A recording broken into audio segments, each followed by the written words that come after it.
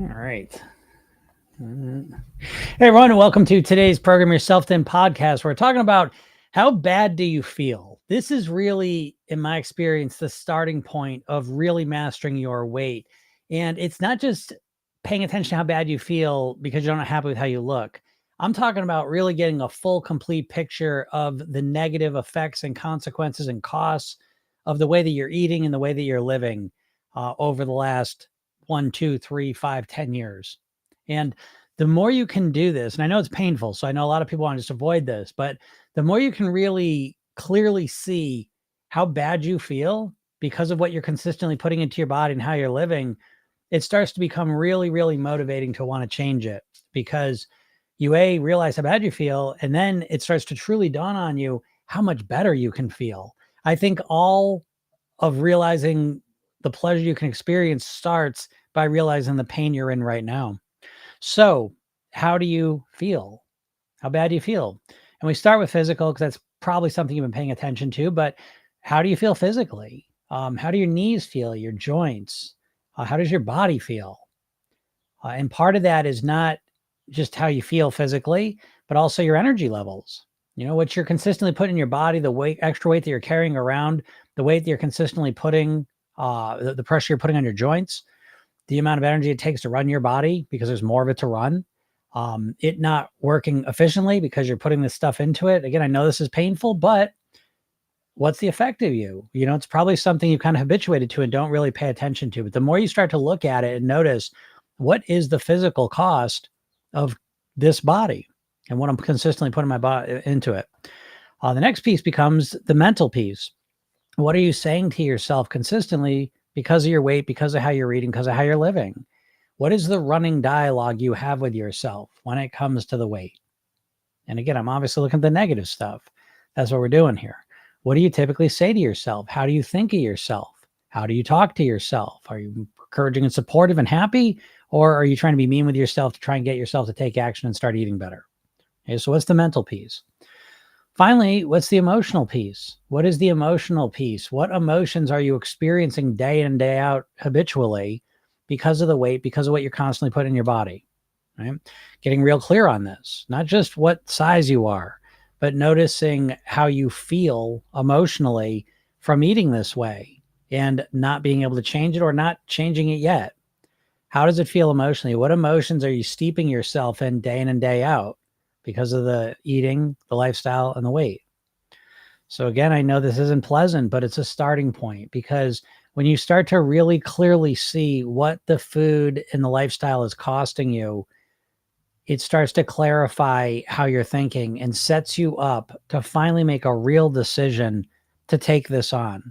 And hopefully, the real decision you make will be one where you're really committed to it and you're truly figuring out what you need to do to live at your goal weight, not just what you can do to lose some weight quickly, but what you can do to master your weight. Because as you've just found out, you know, that's the negative side of when you don't master your weight. But when you do master your weight, let's take a quick second to stop by there. How does that feel? To be at your goal weight, how would that feel physically? How would it feel to walk around lighter at the weight you want to walk around in? How does it affect your joints, your energy levels?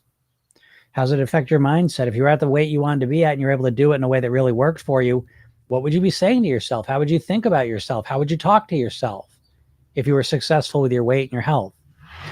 And then emotionally, what emotions would you feel day in and day out? What emotions would you be steeping yourself in living at your goal weight, in control of your weight, your health, your eating? And this is what we're up against, you know. And again, this is not a comfortable process, but it's a real process. And it clearly lets you see what's at stake here and how much better you can feel. So I hope this helps you out. If anyone has any questions, feel free to ask them. We get started a little bit late today, but better late than never, right? But I actually had a great day. I got a new power washer. I love power washing. So I went over to my mom's and power washed her whole place off. Well, day after gift. Username 12. Do you think running is not good for PCOS? Oh, I could not answer that. I'm not an expert on PCOS. I know enough about PCOS to know that if you have it, you can still lose weight. But so I could not answer that, unfortunately. see. And so, yeah, I hope all the moms out there had a nice Mother's Day. If you were a mom, I hope you had a nice day. We had a great one. So, yeah. But I hope you had a nice time. And so, again, I don't know. I was thinking, I want to go into how bad do you feel the day after Mother's Day? I don't want you to think of feeling bad, you know, because you might have eaten, you did enjoy yourself on Mother's Day and you eat a little more than you may normally do. That's fine. That's normal. Although I did yesterday, I ate more and differently than I normally do, and felt like shit. I felt like real shit. So I did not feel good last night. I don't know. I've had a tough week anyways. I say this to you because I think the tough weeks, the overeating, the times when we do the wrong thing are so valuable. In a lot of ways, they're like the most useful piece of the puzzle. And it's the one that most people are not using properly because when they overeat, when they do the wrong thing, they tend to beat themselves up instead of kind of connecting to what was the consequence of that. And I don't know, just the way I ate yesterday, it wasn't even that bad, but it was bad enough. And it was on the end of a week where I just kind of ate shitty. And I don't know. This is what I talk about, the feeling bad. I didn't stay too much on this, but the physical feeling bad. It's like, you know, you get like I get also I can't everyone's different, but I'll get like indigestion, I'll get kind of like a heartburn feeling. I feel like I have to put everything on pause because my body feels so bad. You know what I mean? Like I don't know. I know this is one of those things where people don't realize just how shitty they feel from the food. And I bring this up a lot because you're subconsciously thinking you love the food and you have to give it up in order to lose the weight. But what I'm always helping people realize is that eating that way feels like shit. And you just don't realize it. You don't realize it because you're used to feeling like shit. You're distracting yourself after you've eaten like shit, so you don't realize it. And you've kind of habituated to it. So it's that was such a profound moment for me when I realized how shitty I was walking around feeling. Because now all of a sudden the main motivation literally was not to lose weight. The main motivation was to feel better. And that's such an important motivation because the weight loss motivation is not the best because it's a long-term motivation, right? You have to eat better now so you may lose weight in a week, 2 weeks, 3 weeks, a month. That's a very uncompelling idea for your mind. But if you start looking at how you're going to feel 5 minutes to 5 hours after you finish eating, that's a lot more motivating because it's right there. And once you start realizing just how shitty you feel every time you eat like crap, it starts to become a motivator that's right there. I would say metaphorically, it's like every time if you ate the ice cream or the cookie or the bullshit that you don't want to eat to lose weight, every time you ate that, I popped out of the closet and hit your thumb with a hammer every time. Pretty quickly, you'd be like, yeah, I don't think I want any cookies. I think I'm going to pass on the cookies today. And I just use this as an example to show you that that is effective motivation. That's negative motivation. Well, it's real motivation. And so, again, I'm not here bullshitting you. If you pay attention to how you feel after you eat some shitty food or overeat, mentally, emotionally, physically, I think you're going to very clearly say, oh, I feel like shit. And you realize you haven't noticed that. So anyways, username 12, what do they say? I saw something. How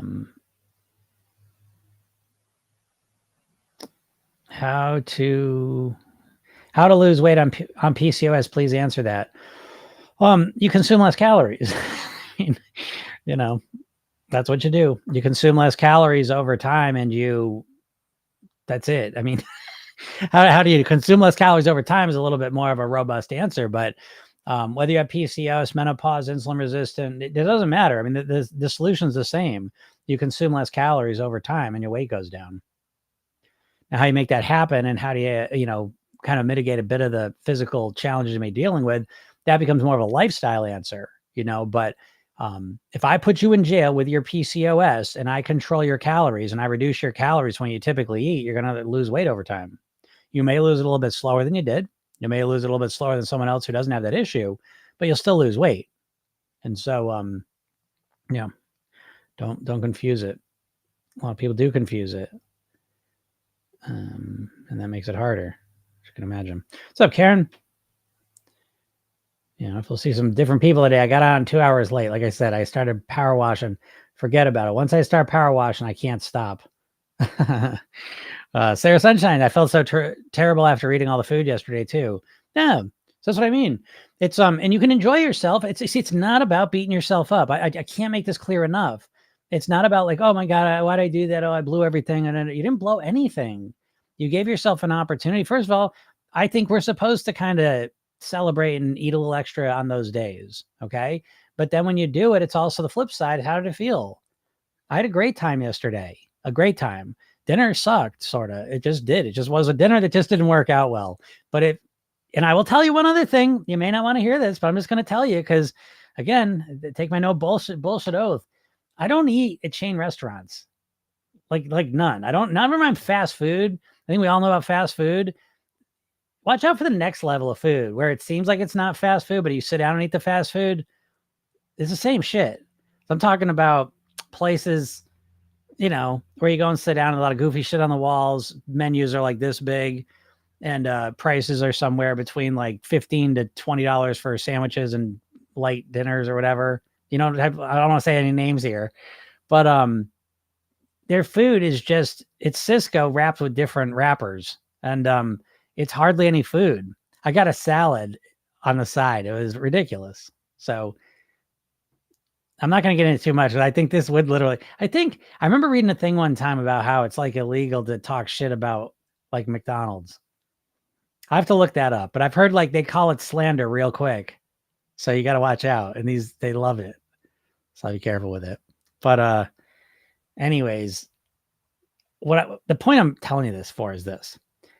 I'm not struggling to eat at these places. I'm not struggling to not eat at these places I'm talking about, whether it's fast food or these shitty chain restaurants. I'm not struggling to not eat there because I know what they're putting in the food. And because I know what they're putting in the food, it's way less appealing to me. And if you studied and learned about what they're putting in the food, like honestly, you don't know. And if you did, you would feel different about it and it'd be a lot easier to not eat it. Because the more you learn about that food, the quicker your desire starts vanishing. So that's how I feel.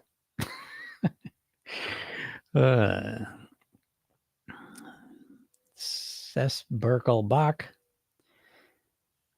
That your name always makes me think the kids are always saying skibbity stuff. I've got a daughter and a son, and every generation has different words than their parents, but these kids are talking gibberish. But anyway, skibbity, you make me think of skibbity. It says that if you popped out of the box and said shit, that might be motivation for me to eat healthier too. I don't remember what that was in reference to, but yeah, there's a lot of motivation to eat better. Losing weight and looking better is the least of the effective motivation, though. I'll tell you that. I know you don't believe me with that. No one ever believes me because you think about losing weight and how you want to look better all the time. So you think that that's real motivation, but you're confusing obsessive thoughts with effective thoughts. Do you know what I mean? What's up, Mario? Yep. Obsessive thoughts and effective thoughts. You can obsessively think shit that's not helpful. That's what you're doing when it comes to your weight. There's a huge difference. Oh, I pronounced your name correctly? That's Berkelbach. I've gotten pretty good at that, I would say, usually. Hello, Bryce. Mario, illegal to talk shit about McDonald's? Yikes, that says a lot. I'm not sure. I remember reading this thing about it, and I don't need any extra heat in my life. I don't need it. I would love it. I'd love to just say what I think about all these foods, and I kind of do, but I keep it vague on purpose. But yeah, I went to one of these places. It's just fucking trash. That's all I can say. And I used to eat these places all the time. So I know what it's like to eat places. Although honestly, when I ate them more, they were better. And I don't know. It bums me out. I wish everyone knew what I knew about food. That's what I wish, But anyways, Sir Kent Norton Psychic. That's not cognitively. If you know about food, doesn't stop you from eating it. That's not true cognitively. If you know about food, doesn't stop you from eating it. No, fair enough. Not always, but it helps. You can look at cigarettes, cigarettes, you look at smoking rates in the 1950s and then look at them in the, 2010s in America anyways. And they went down dramatically. And why? I mean, there's a number of reasons. They taxed them and they made them less things. But I think the main thing, in my opinion, was always that they really educated people, and let them know what the real full consequences and what was really going on with them more than they did, you know? So true. You could learn about all this stuff and still want to eat it. That can still happen, but you will knock a lot of the foods out. So it is a good part to have part of your strategy. Sarah Stevie says, so true. Like Chick-fil-A, I can't anymore because what they put in the food. Yeah. It's just straight trash. I mean, the food I ate yesterday wasn't even bad. That's the funny part. I got probably one of the healthier things you can get on the menu, but it's just, it's not even real food. So I'm trying to tell you, even the salad's like this dehydrated, and to be honest, they had like shredded cheese in it. Like the old, remember, I don't know, back in school, they used to have like the yellow cheese, they'd give you it for lunch. And it was like that cheese, but just kind of shredded up. And it tasted like everything else that was dehydrated and shitty. And I don't know. I don't want to get all negative about stuff. It was just negative though. It was a shitty meal. And I think the part that's the craziest, like I said, I don't really eat at these places ever, but I think it's the double whammy of it's straight trash. And then it's as expensive as like a good meal, like a solid meal. So it's like, again, the food thing's fascinating to me because they kept the prices so long for so low. And I can understand that argument, but they have now raised the prices of all this shitty food at these places. And it just feels like a bad value. Joan says, hey, Joan. Okay, I'm doing great and have spent many hours on the PYT website this week, and I'm happy. And how do I feel like I'm in a honeymoon period? Oh, why do I feel like I'm in a honeymoon period? That's okay, Joan. It's fine that you feel like an honeymoon period because it is. I mean, anytime you start a program, you're like, oh, this is exciting. It's like that. There's no avoiding that. But to be honest, Program Yourself then is really built around not being in that period. So don't worry. You'll get out of that another week or two. You'll hit some wall. But again, the beauty, Joan, I will tell you, and I want you to really hear what I'm about to say here. The most value you're going to get out of this program is when you're feeling discouraged, frustrated, like it's too hard, you want to quit, and then you get on a coaching call. And I'm really glad you got the coaching calls, because when you get on those calls and I get to talk with you, I guarantee you, no matter how shitty you feel, I will help remotivate you, refocus you. And that's the most value I can offer you, is when you feel discouraged and frustrated, you get on the coaching calls, we turn it around. That's what all you need to work on, is when you feel like shit, how do I get myself back on track? That's the most important piece. So I want you to get right out of your head right now that it's going to be this, it's not like a diet. So you're not trying to start off perfectly. You're starting off very strategically. And I have a new training coming up for the Program Yourself Thin technique. I'm going to do that tomorrow. But you're going to love that too. But I will help you during the coaching calls, especially. So great job. I'm glad you signed up, John. I'm glad you got through. Again, you got through your first challenge there, which was just logging into the website, which was partly my fault. So that's what it is, really. It's basically, this is a never ending process of dealing with the challenge in front of us, overcoming it, getting to the next challenge, dealing with that, get to the next challenge. But along the way, you start improving. So yeah, welcome to the program. I'm glad you got to dive into it this weekend. What's up, Joy? How's it going?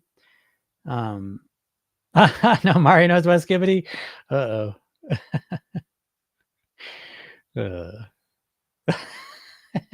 My daughter always wants me to say that. Skibbity toilet. Noonie, how to think like a thin person. How to think like a thin person. Now, understand that's like saying, how do I speak Chinese fluently? Right? So it's a big question, but we'll start with the big answer that's different than how dieters think, because dieters think like overweight people typically. So the first biggest shift to think like a thin, healthy person is to change your time frame. So dieters typically think of a time frame of, I'm going to diet until I lose the weight. So they think of it as a temporary thing. And thin, healthy people think of it as forever. For the rest of my life, I want to be as thin and not necessarily. I want to master my weight. I want to live at my goal weight for the rest of my life on near autopilot, be as healthy as I can be. I want to master this forever. And so right off the bat, we're on completely different paths, because if you're just focused on weight loss, you will do extreme things just to lose weight, but they won't be sustainable. And it makes you think of it all oddly. You never, like, again, just to give you an example, like brushing your teeth, you don't think of like, well, once I hit 70, then I'm going to stop brushing my teeth, right? You internalize brushing your teeth as something you will do for the rest of your life, you see? And so mastering your weight should be that way as well. You're going to master your weight. You're going to master your health, what you're eating, your happiness, your health, who you want to be. And so that's the big shift thing, like a thin, healthy person. And then it obviously flows down into more granular aspects of how to think like a thin, healthy person, from how you think about food. What I will tell you this, so that's a huge question, but what I would suggest, and this is for anyone who's not in my world, go to my bio, click the link, get the hypnosis session, and watch the video I made you. And that'll explain a lot more of how to think like a thin, healthy person. I'm traumatized for life. That's funny. Arps, I've been consistently eating well and working out for about a month. Scales haven't moved. Great job, Arps. Eating well and working out for about a month. So the question I ask you, and I know it's frustrating when the scales don't move. I get that. That being said, how do you feel? How do you feel physically, mentally, emotionally from the changes you made? How does it feel eating better, walking more, working out? How's that feeling? Do you have more energy? Do you feel more optimistic? Do you feel better emotionally? Physically, do you feel any stronger, any more flexible, any more energized? Anything else better? Because we need to focus on the more subtle little things in the beginning, because weight loss is inconsistent and unpredictable in the short term. So there's people who lose weight quickly, people who lose weight slowly. You may have lost weight quickly and now you've gone through some physical changes in your life and now you lose weight slowly. But if you reduce your calorie consumption for the next year, you're going to lose weight. When it happens, again, we just don't know. You just don't know. You got to understand that. I think a lot of people don't understand that. And they're setting themselves up for failure because they got some idea in their mind. I'm not crazy. I just want 2 pounds a week. That'll be good. 2 pounds a week. That's a lot of weight. So our whole expectation has been screwed up. Thanks, Mario.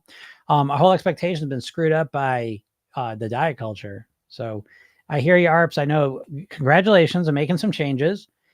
Hopefully there've been some good positive things other than just what the scale is that have happened. And then if you keep with it, the scale will move. Okay. What's up, Kelly? How's it going? On a holiday diet, started a low carb lifestyle last year and enjoy my carbs on holidays. Yeah, me too. That's exactly what I do. I mean, the big shift for me clean wise is I'm always looking to put as much healthy, nourishing whole foods in my body as possible.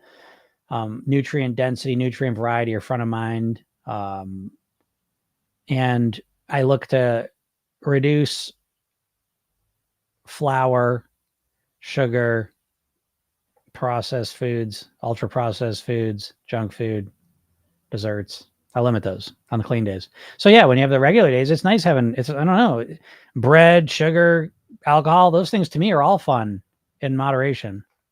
And that's the sweet spot I have. And so I had a beer yesterday, but I don't really drink on Sundays no matter what, but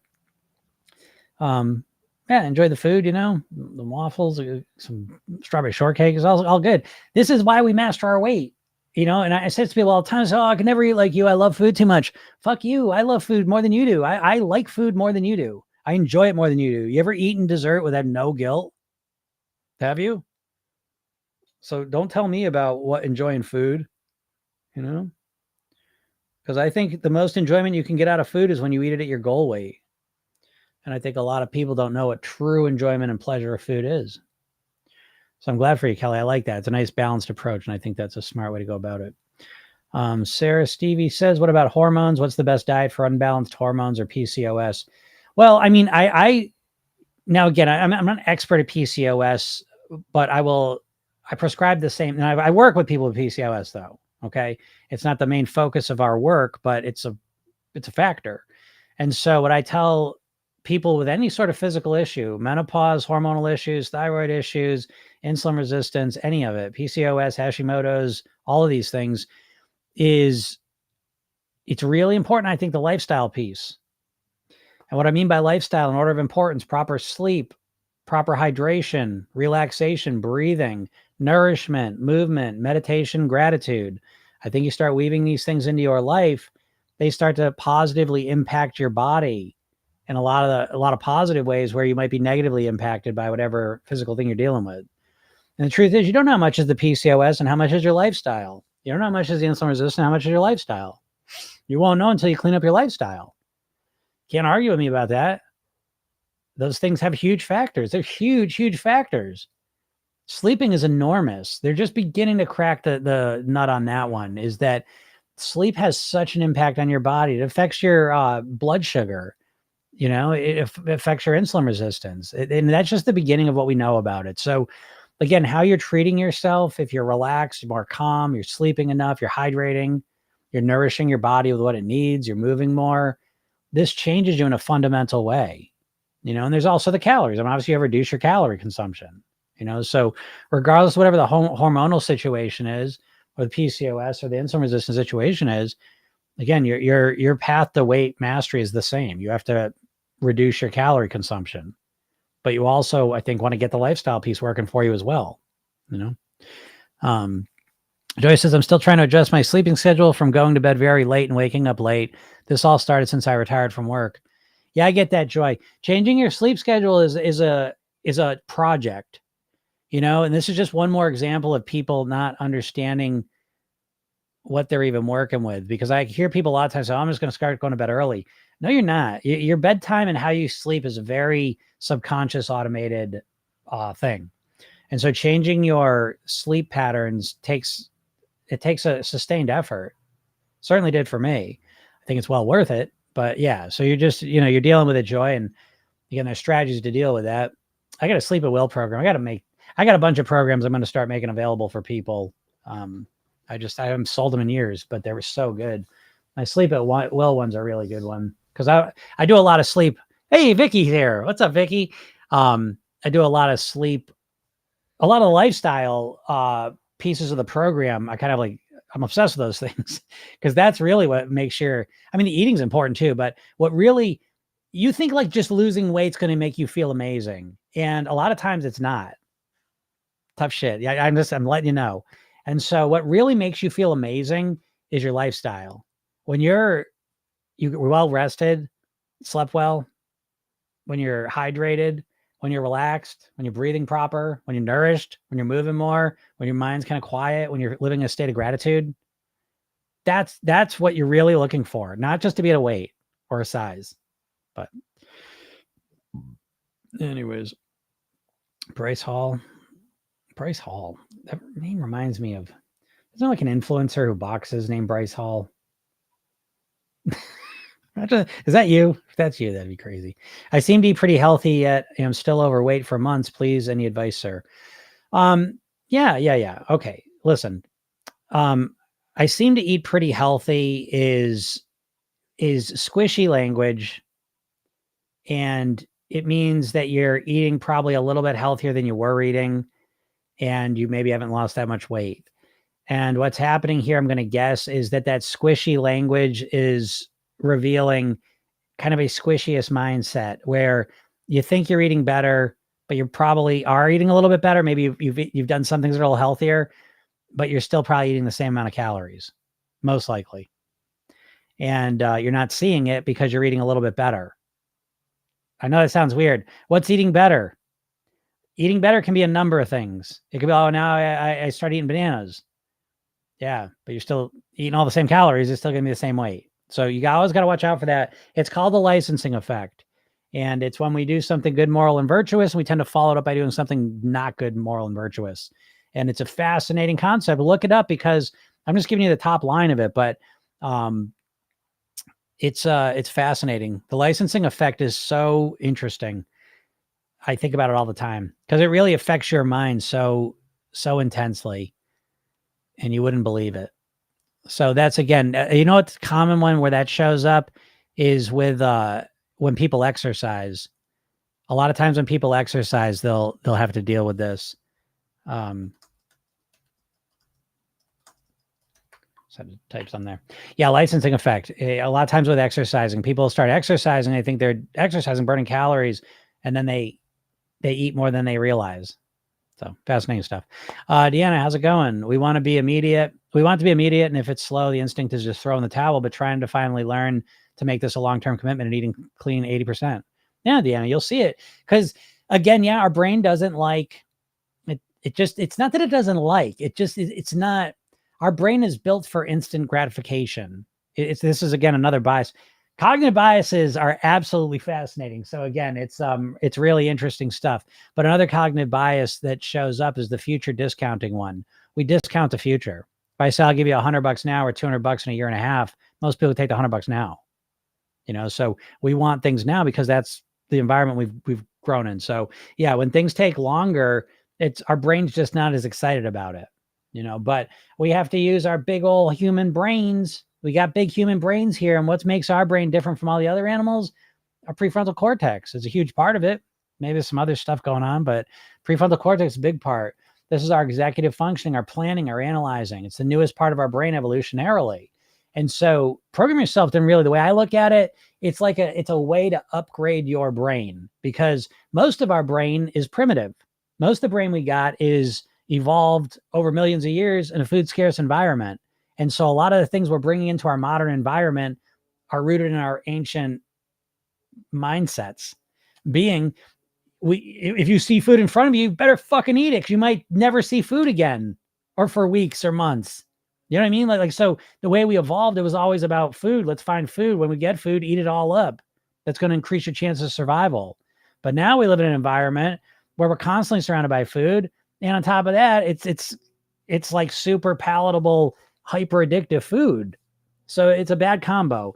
And so what I always think of Program Yourself In as, it's a way to upgrade your mental software so that your brain is able to deal with the new environment. Because if you're just going off of your old, automated thinkings that you've evolved to have, you're fucked, because these foods are all addictive and they're constantly everywhere. And we've got wiring that nudges us to eat it all. So, yeah, Deanna says, I like the sleep hypnosis on YouTube. I do. I put sleep. I got a bunch of hypnosis sessions over on my YouTube channel. That's Jim Katsoulis. I say, every time I say this, I always I got 2 YouTube channels, and I do this live. I stream this live to my Jim Katsoulis one, but I also have a Program Yourself In one. Sometimes I got to switch all that stuff over to Program Yourself In. It's kind of mixed up a little bit. Anyways, yeah, but you should go listen to those if you like hypnosis sessions. Those are good ones. And I got long, like an hour one, 4-hour one, 8-hour ones, a couple of them. They're good. Deanna says, I was eating healthy too, but still too many calories. Yeah, healthy calories can still keep us overweight. Exactly. And I think a lot of people don't realize that, I think that's very true. Now, I will say that as you start, healthy calories is a spectrum. And so as you start nudging over to the healthiest calories, I think you're going to find that it becomes increasingly harder at, second.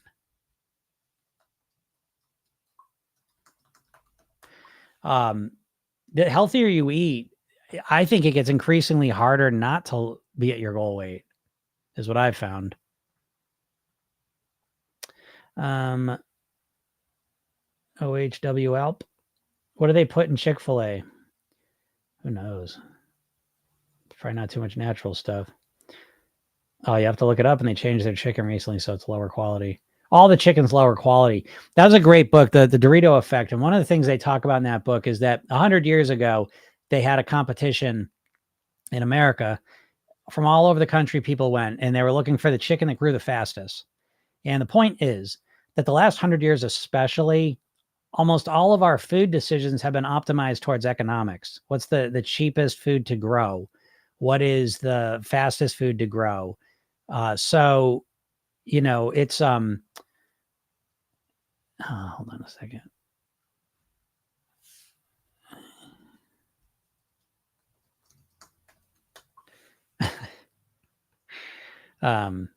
So yeah, everything's been optimized for economical things, not for taste and flavor and nutrition. And everything's just going in that direction. That's why I'm telling you. Yeah, I know what it's like. I used to love fast food. I used to love chicken sandwiches. And I don't know how much more you can love a chicken sandwich than I did. But now it's like I taste this stuff and it just tastes like shit. It tastes fake to me.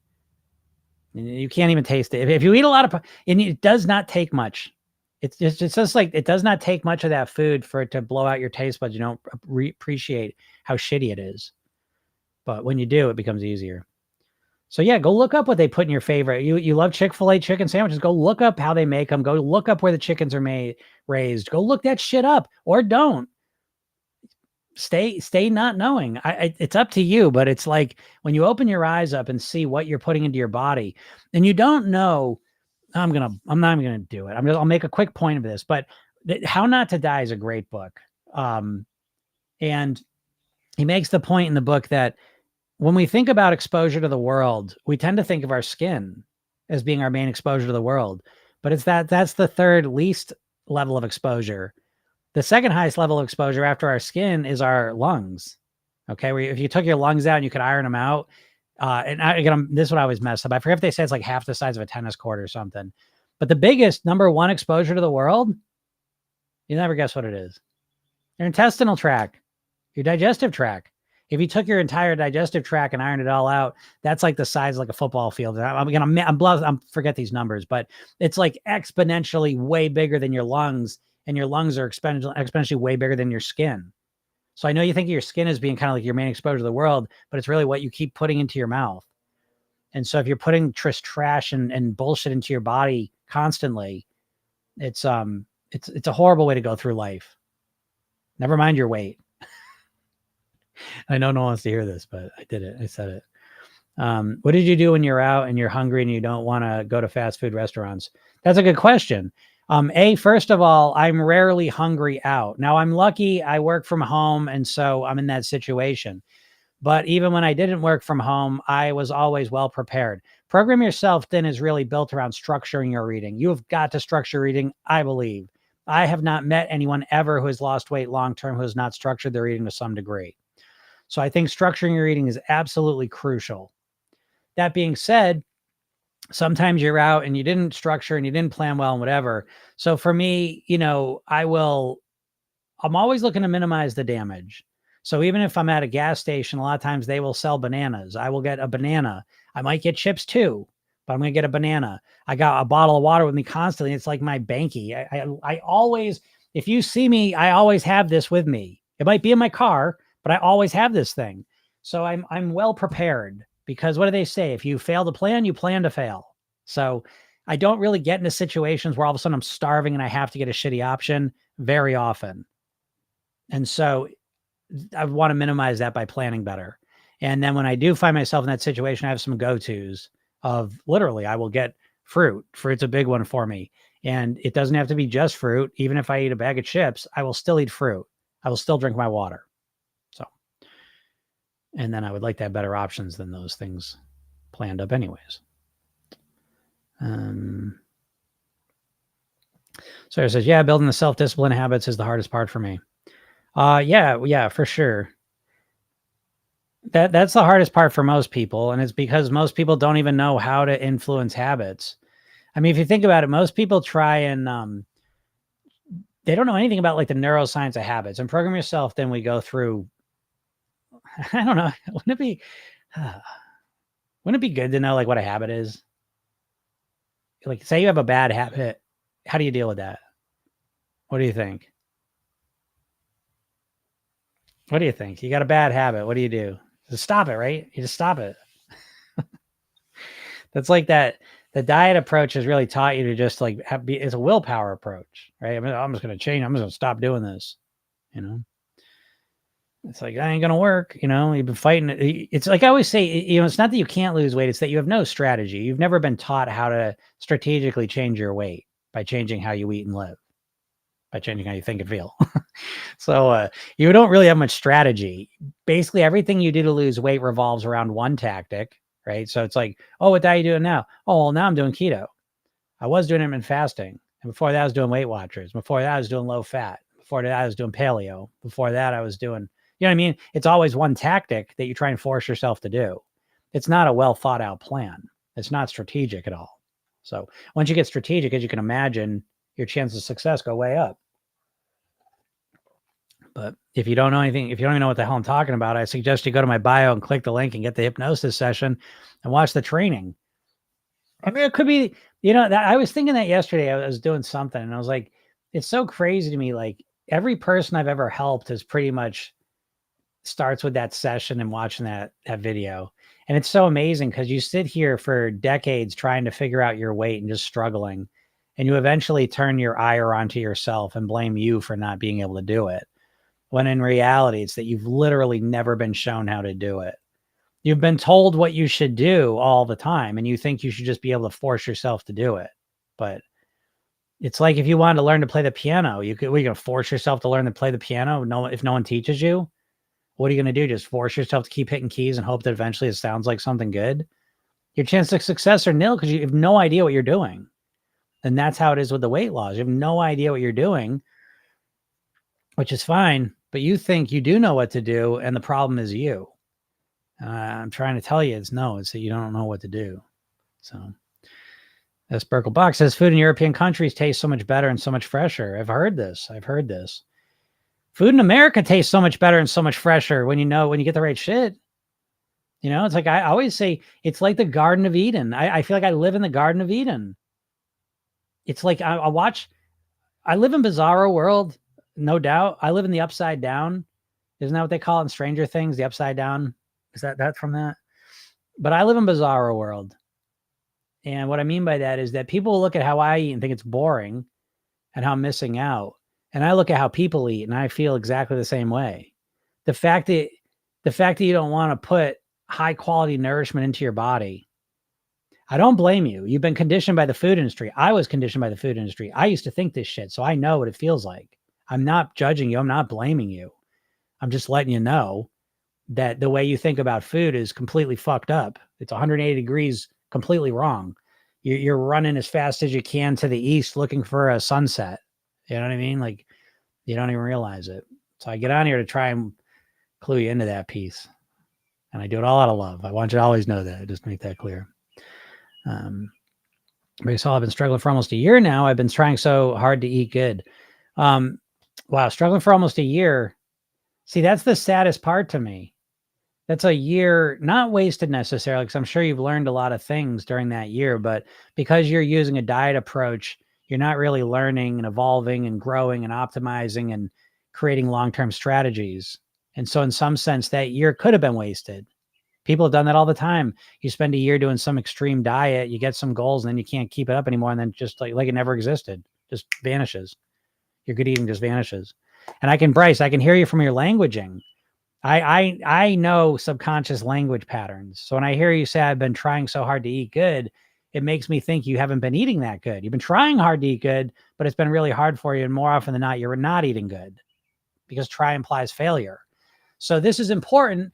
Again, it's not a judgment here, but we need to be very clear when we use our language, because the truth is you're not gaining weight, folks. You can't gain weight. You can't lose weight.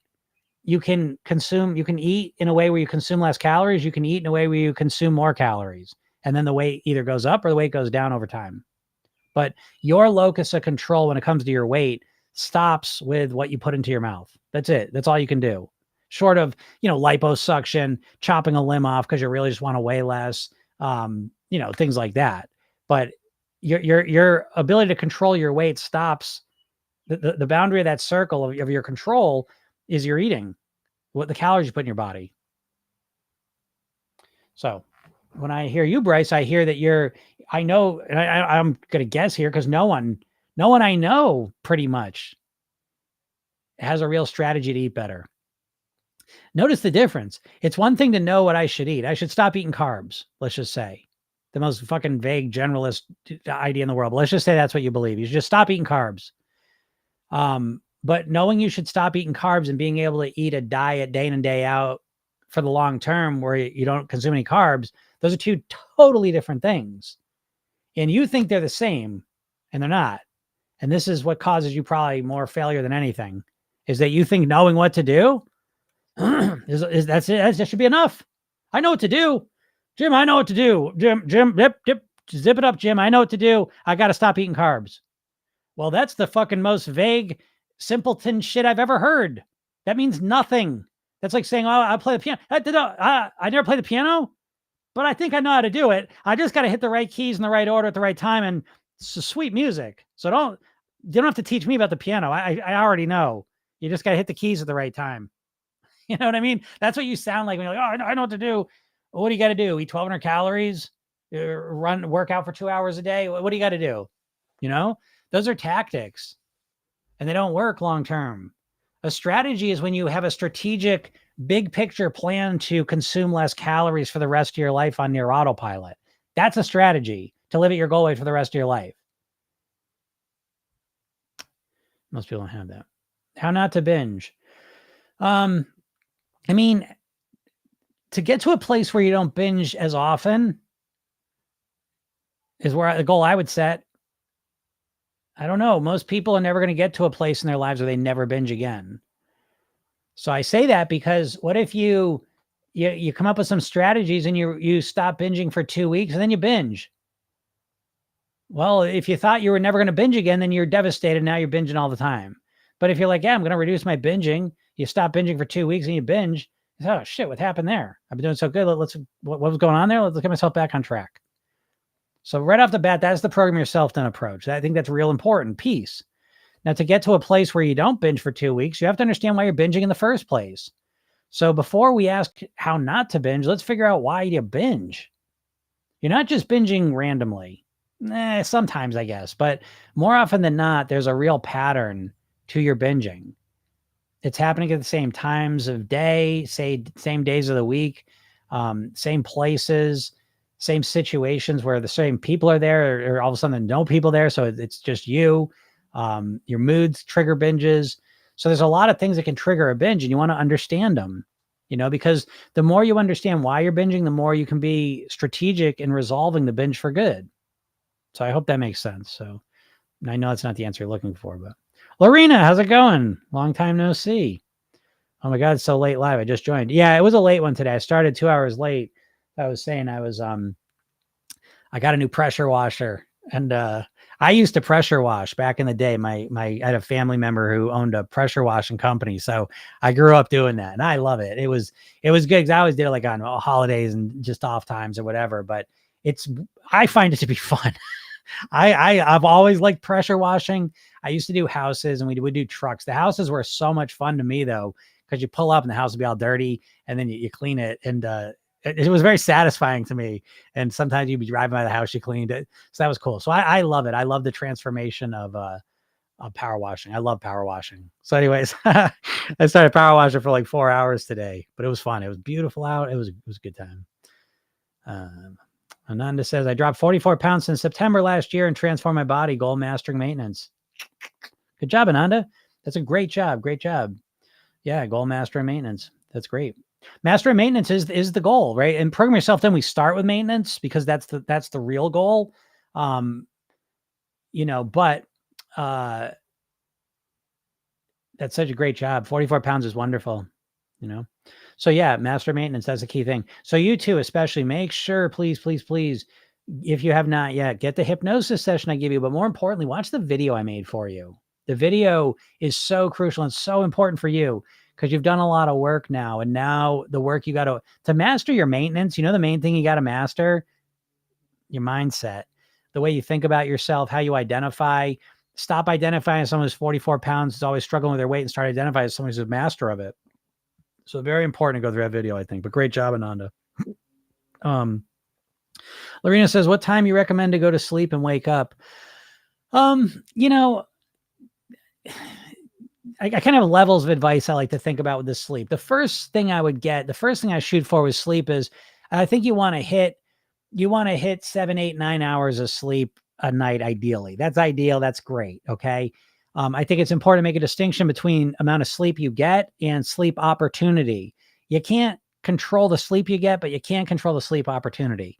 So those things first. Next is when. Now, I will tell you that the first thing I want to get is make sure I get the quantity of sleep I need. And then when we talk about optimizing sleep, I'm going to tell you what I heard from a person who I don't know if they even know what the hell they were talking about. I saw it one time. They were talking like they were an expert, and they were saying that every hour of sleep before midnight you go to bed is equal to 2 hours. Now, I have no idea if they're just talking out their ass. I have no clue, but I have noticed for myself that when I have gone to bed, if I go to bed at 9 o'clock, which I usually go to bed about 10:30. But if I go to bed at 9 o'clock, it does feel like extra sleep. So again, I don't know there. So again, the most important thing is that you have to work within your schedule. And so if your schedule says I can only sleep 6 hours of sleep at night, then that's what you do.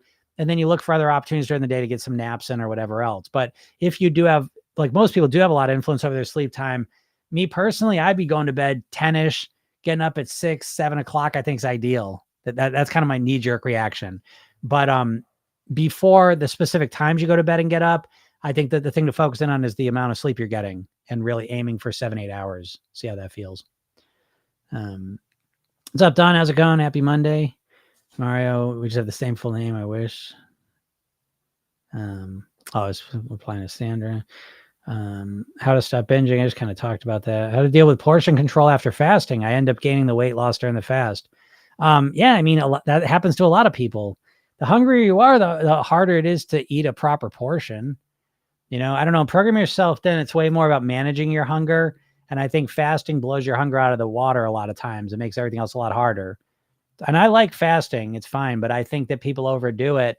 I think that's the main pattern I see. Now you have to understand, I get people that it's not working for.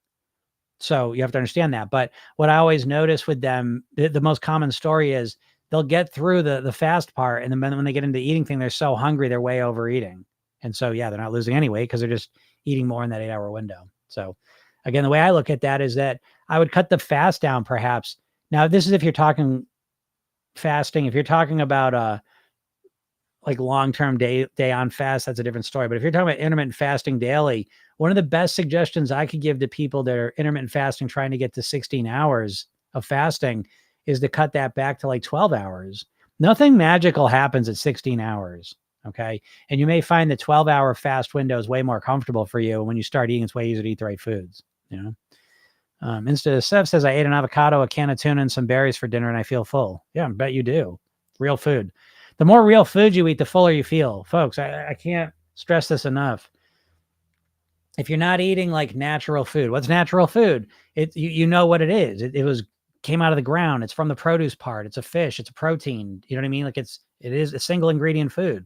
The more that you eat, typically the more satisfied and full you're going to be for longer. So Brace says, Jim, you can't say that losing weight won't make you happier. Were you happy when you were overweight? Well, yeah, no, I say that's true, but I'm not saying just my experience. Listen, me weighing what I want to weigh is a huge part of my happiness for a lot of reasons. So I've wrapped so much stuff around my weight because I don't, you hear me say this all the time. I take my weight loss and wrap it in personal development. So my main goal is not just that I look a certain way. My main goal really is I want to be a certain way. I want to be a version of myself that it's energized, that's focused, that is productive, that takes a lot of action, that does a lot of things, that's, able to play basketball with my kids and move and power wash and do a lot of stuff. I love being that way. So yes, I'm way happier at this weight as this version of me. That being said, I've met plenty of people that are overweight that are very happy too, because they don't mind being overweight. They don't. Now I'm not talking about obese. When we start getting obese, morbidly obese, it's a different story. But I'm talking about people overweight. I've met plenty of them that seem very happy and don't mind the extra weight, and their health's good and all the rest of it. So that's for each person to decide. Me personally, I'm definitely, I love being thin. I like that word. I like, again, to me, thin is not skinny, like sickly. Me being thin is my ideal way. I like being lighter. I feel a lot better. That's just me. And I get to choose that. I almost feel like defensive of that, but I like it. So yeah, I am happier with it, but it doesn't mean everything. But back to I think what you're referring to though, anyways, is people that diet to lose weight. I've seen plenty of people that have lost weight dieting, and they're miserable about what they're doing. Like they're following really strict plans. They're working out really hard. They're following real strict meal plans. Whatever they're doing is really strict and hard, and they lose the weight, and they're not that much happier. Why do you think people that lose weight put it back on if it's so amazing? It's not. The weight loss is a means to an end. It's just like money. Just because you have a lot of money doesn't mean you're happy. Because what if the way you have a lot of money is you rob senior citizens? That's your job. You know what I mean? Like, how good do you feel about yourself? So the dieting's like that. Like, oh yeah, I lost the weight, but I know it's unsustainable and I'm miserable eating this way and living this way. So that's more what I'm speaking to. Don says fasting is not a diet, it's a lifestyle. So if not for life, find your way that works long term. Yeah, that's a good point. I always overeat at my snack between lunch and dinner. Any tips, please? Yeah, Razine. I mean, you're probably not eating your lunch. I'd love to know what you're eating for lunch. If I had to guess, I bet you're eating something for lunch that's not that satiating. It probably is not a high nutrient value meal, I bet. Meaning, is there a lot of fruit, vegetables, greens, beans, whole grains in it? Probably not. And so if you're eating just the regular shit sandwich, hamburger, pizza, stuff like that, yeah, you're gonna be really hungry quick in the afternoon. You're gonna overeat that snack. So the problem isn't that you're overeating the snack. So it's not that you don't have the willpower to stop eating the snack. To me, the first thing I'm gonna look at is lunch. What are you eating for lunch? And I bet it's not nourishing enough. That's what I would focus on. Mario says, remember that weird Taco Bell where they had to say it's real meat because people didn't believe it? Oh, yeah, right. Gosh, chicken sandwiches were my absolute favorite. It was an addiction. I'm glad I stopped. Yeah, me too. We always joke around, like back in the day, McDonald's used to have the 2 for $2 chicken sandwiches, 2 chicken sandwiches for $2. And that shit was like a holiday for us. Like we would just get, I can't even imagine eating 2 chicken sandwiches, but it did all the time. It's fucking gross. It's gross. And don't tell me it's great. Oh, that's so good. Yeah, it's good. It's good while you're doing it. I've never done cocaine, but I was just, that's like, it's probably fun to do a bunch of cocaine. Like in the moment, if that's what you like to do, it's probably really fun. And then there's the consequence of it. Thanks, Don.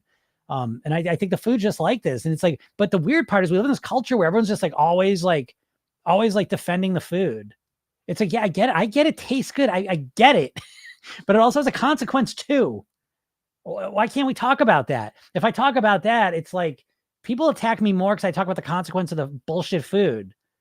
It's weird. It's a weird world we live in. That's for sure. Eric says, looked for a book yesterday in a cabinet. I hadn't opened a while. Found a ton of old diet books. It felt so great to get rid of them all. Good for you, Erica. Yeah, I'm proud of you.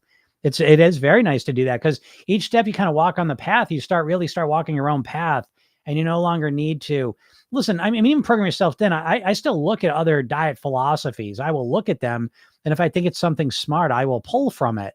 But I use it in service of creating my one of a kind plan. So I've learned a lot from diet books, but the biggest thing I've learned probably is that there's no one diet out there that's the right answer. I need to create my own one size fits one plan. And no diet can do that because you're a unique person. You need to create the plan that works best for you. Karen says, do you eat organic fruits and vegetables? I would say the majority is organic. But again, everything's a spectrum. So for me, like ideally I want to eat fresh picked food. I mean, that's ideal. That doesn't happen very often. But my ideal is fresh picked food. Like I pick it, eat it. That's ideal. The next thing is like a local farm fruit and vegetables, organic or not. I don't give a shit. If it's local and it's fresh picked, that's my ideal. Then there's organic, then there's conventional, and then there's kind of everything else. So I kind of think of it that way. So I'm happy to eat conventional food as well. I don't even hesitate with it. If given the choice, I'll choose the organic, but I don't even hesitate to choose the conventional. So I'm a what do you call it? I don't know what the word is. Opportunistic. I'll eat any of it, I can't stop stuffing my face. There we go. Age restricted. Can't stop stuffing my face. You can, but it's see, like a lot. I think sometimes if you look at the eating as a symptom of a deeper problem, I think that's very helpful a lot of times, which isn't to say that sometimes behavior is just purely just kind of like this habit thing, but more often than not, it's not. And so like when you can't stop stuffing your face, the first thing I'm looking at is I'm assuming you're eating a low quality nutrition diet is what I'm thinking. I'm thinking you eat a lot of processed food, not a lot of nutrients, not a lot of fruits, vegetables, greens, beans, raw natural foods. That's what I'm thinking right away. And then I know that that's the case most of the time, because if you're eating a lot of processed food, ultra processed food, fast food, junk food, you're going to be hungry all the time. And so, yeah, you're always stuffing your face. And on top of that, emotionally, you're all over the place, and that encourages you to stuff your face too. So there's usually reasons why that happens. What's up, Natasha? How's it going? Don says we got one last summer. It's addicting to clean. Oh, yeah, it is addicting to clean. I love that pressure washer. Nanda says you're such an inspiration. Thank you. You're welcome. Whoa. My dog just had a bad dream. Just woke up barking. Carmen says, thanks for your tips and your advice. You're welcome. You're welcome. Glad you like them. Damon D, I'm told your body does not start to run on fat until 12 hours. So you're really not fasting until 12 hours. I fucking hate this stuff. I hate it. And this is what I see all the time. Now I'm not a doctor and I'm not a scientist. So maybe that's true. Maybe you can't lose weight. You don't burn fat until you haven't eaten for 12 hours. But I think that's a crock of shit. I think ultimately what your weight's coming down to is the calories you're consuming. And if I intermittent fasted. I started intermittent fasting before intermittent fasting was a thing. I started 30 years ago. I used to think of it as nighttime fasting, and I wanted to make a bigger window between when I went to bed and when I stopped eating, because I used to pretty much eat right up till bed. I create a bigger and bigger window. So now I usually stop eating 6, 7 at night, start eating 7, 8 o'clock, somewhere around 12, 13 hours. But I worked up to it. And the way I did it, it felt amazing. That was the first time I'd ever given myself a real break from eating. So it felt absolutely incredible. And what that did is that allowed me to become more sensitive to my body, to become more aware of how I felt after I ate stuff, to give my body a break, and to reduce overall calorie consumption comfortably. And I think what a lot of people are doing by trying to get themselves from 12 hours to 13 hours to 14 hours to 16 hours is they're stressing the shit out of themselves. I know, because if I don't eat until noon, I don't like it. I don't feel good. I don't like it. And so for me to really work with myself, I find that my eating plan is just perfect right now the way it is. So even if that was true, that you don't start to run on fat. It's just, that doesn't make logical sense to me. The science agrees with this. I think it in terms of overall calories, but whatever. Lake Who's bad boy. What's a normal lunch and dinner for you? A normal lunch, I've clean days and pleasure days. Clean days, a normal lunch for me is a big salad. And I mean a big salad. I eat a giant bowl. I should show you. I almost did it today, like down here, but I don't think y'all want to watch me eating for 30 minutes. It takes a while, I will tell you. I mean, because I'm chewing a lot. It's real food. You don't realize this, but the first thing that goes, all your processed food is basically pre-digested and with the fiber stripped out. So when you eat real food, it takes longer, but that's good for you. The muscles of your face actually change the shape of your face, and y'all got weak muscles because you don't really have to chew anything. This is a crazy world. Yeah, salad. And then dinners change. I mean, like tonight, for example, like a lot of dinners are kind of like some version of a grain, vegetable, protein in the form of beans, sometimes fish, sometimes tofu. Well, that's bean based, things like that. But always clean. I don't really eat much processed food, so it's always something simple usually, but made here at the house. Resin says, I'm eating a salad for lunch, so I guess that's why I overeat the snack, but the salad contains protein. Oh, okay, you're eating a salad. Well, that's great. That's great that you're eating a salad. But it's probably, I used to eat salads too. I'm telling you, I should show you. Well, if you watch, the salads I make are bigger than that now. But it's not just, if you eat a salad that's this big because you're trying to cut calories, that's the problem. Make your salad enormous. Don't go crazy with dressing and the proteins and stuff. But if you put as many fruits and vegetables and greens into your salad as you can, my salad's enormous. And by the time I'm finished with it, I am full. And I'll have a banana with peanut butter after it too. And I'm good. I'm good for until dinner. And even when I go into dinner, I'm not even that hungry. That's the biggest game change in my diet right there. But yeah, Resin, a bigger salad. If you doubled your salad, I bet you'd feel better. Don says, yes, figure your own shit out. Diets alone are not going to do it. Absolutely. Karen says, now that I eat healthier, I crave healthy food like I used to crave junk. I'm so glad you said that, Karen, because I don't think people believe me when I say that. But I absolutely feel that way. I crave healthy food. I felt, I ate yesterday. And again, brunch was great because I made brunch. I overate a little bit and had some waffles and stuff. So there was that, but I felt good. But then it's like I went to the shit ass chain restaurant and it's fucking gross. And I felt like shit for 3-4 hours, 5 hours afterwards. And it just reminded me of, I hate that food. And so I crave healthy. I couldn't wait today to eat a salad like that. That's the beauty of programming yourself. Then you end up craving things that are good for you. But yeah, you're right. And Karen's in the program, so that's why she's probably part of why she says that too.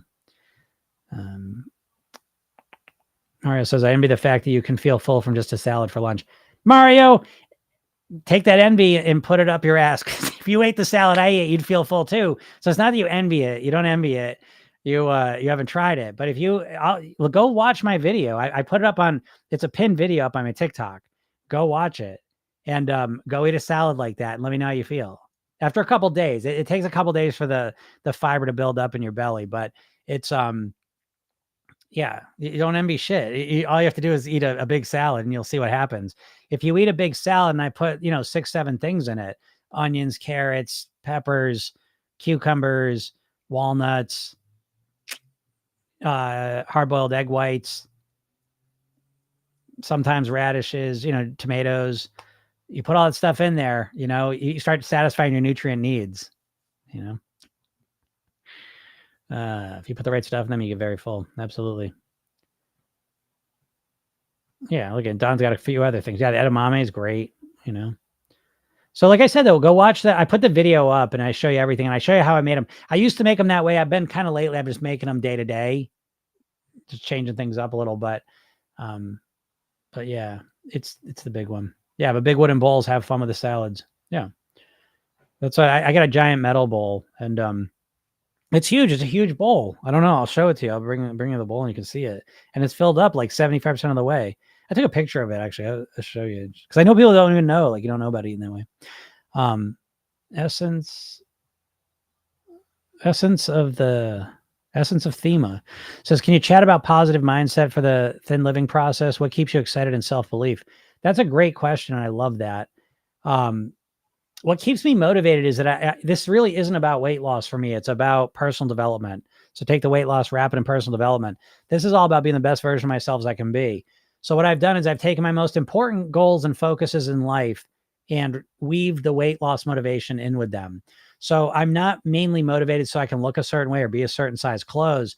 My main motivation is I want to be the father I want to be. I want to be the husband I want to be. I want to be the son, the brother, the friend that I want to be. I want to be the provider I am for the people that depend on me. I want to be the coach that I want to be with the people that depend on me to help them get their weight and their health under control and their happiness under control. I want to help as many people as possible live their goal weight. And that's really, really important because I think it's a life and death thing. I want to keep accomplishing and doing new things every day of my life. I love playing guitar, love going for walks, love playing with my dog, love reading and learning, love doing lives, love helping people. I mean, I can just go on and on and on and on and on. But all of that stuff is run by how I eat and live. And it just so happens that the way I have to eat and live to be the best of those things that I just mentioned also keeps me at my goal weight. So, and I'm truly, I feel happy. Like I'm emotionally nourished. Let's put it that way. And so everything feels balanced and good. And so I love this feeling and I want to feel this way for the rest of my life. So that's what keeps me going, you know? That's a positive, right? I mean, that's all the positive stuff. So, and I like how I look, you know what I mean? I like how I feel. That's a little feather in my cap. It's fine, but it's not the main thing. You know, it's really who I am, who I want to live as, how long I want to live, the quality of life I want to live while I'm here. Those are things I focus on. You're awesome. Just found you on Instagram. That's awesome. Thanks. Yeah. Give me a follow. Check me out on Instagram too. I know a lot of people here watch me on TikTok. Go check me out on Instagram. It's under Program Yourself Thin.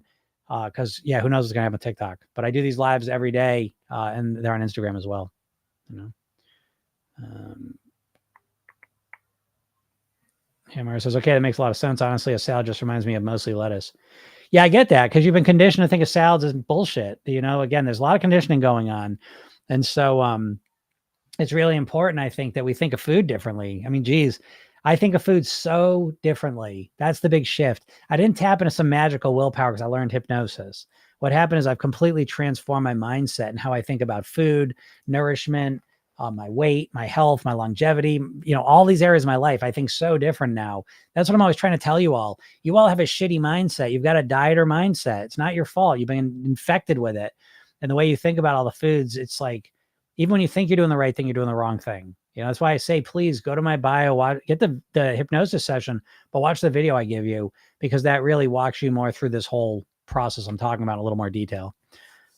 Essence of Thema says yes to the core. Thank you. You're welcome. Yeah. It's the way we look at things. It really makes all the difference. Yeah. Karen says I'm having a salad for dinner. I'm excited. It's because not only do I need to feel guilty after, I feel wonderful and healthy. Yeah, exactly. Yeah. It's very nourishing. Paying attention and feeling nourished is a great feeling to optimize towards. Makes the whole process different. Kelly says, I take a side pic of myself every month to see my progress. Look back to where I was when I started. And I hope it's been great. Yeah, keeping track of yourself visually is great, I think. I think that's fun. My main tracking that I do is really behaviorally. What do I do? What am I doing day in and day out? And that's really been my secret to success more than anything. I don't mind. I mean, look in a certain way, results. I mean, I'm not saying I don't take those into account, but my main thing I track is really my behavior. Did I nourish myself during my clean days? Did I drink enough water? Did I meditate? Did I move around a bit today? Did I get the right amount of sleep? I'm paying attention to my lifestyle things, my eating things, and I'm kind of every day I'm kind of just seeing where I'm at. And when I do a lot of those things, I feel amazing. When I don't do as many, I don't feel as good. So that's really where my main focus is at. And I believe that if I lock those things in, my weight will take care of itself. And I've found people that work for people over and over and over and over and over again as well. So, anyways, all right, I'll let you all go. I got to get out of here, but thank you so much. Glad we got on this live one today. A little bit late, but whatever. Usually on lives. So if you're ever watching this, please show up. I'm here usually Monday through Friday, usually around noon, between noon and 12:30 we get started. Today was a little late. I usually got a good reason when I'm late, but so I usually start between 12 and 12:30 on TikTok, Instagram, YouTube, Facebook. So whichever one you're kind of on, feel free. Follow me, check me out. You'll see my videos. My lives will pop up when I'm on there. And then make sure you go to my bio, click the link, get the hypnosis session I give you. It's free. The video I give you is free. The email I send you every day are free. I'm here to help you. Okay. So let me help you. I got a bunch of stuff for you. So yeah. And then the podcast is Program Yourself Thin. So if you like listen to podcasts or if you want to start listening to one, Program Yourself Thin. I do one of these every single weekday. So if you're thinking about weight loss, this shit will get you your head screwed on straight fast. So you'll stop dieting. Essence of Thema, you're welcome. Thank you. And Claire, you're welcome as well. Thank you. Thank you, everyone. I really appreciate it. Have a super duper day and we'll talk soon. Bye.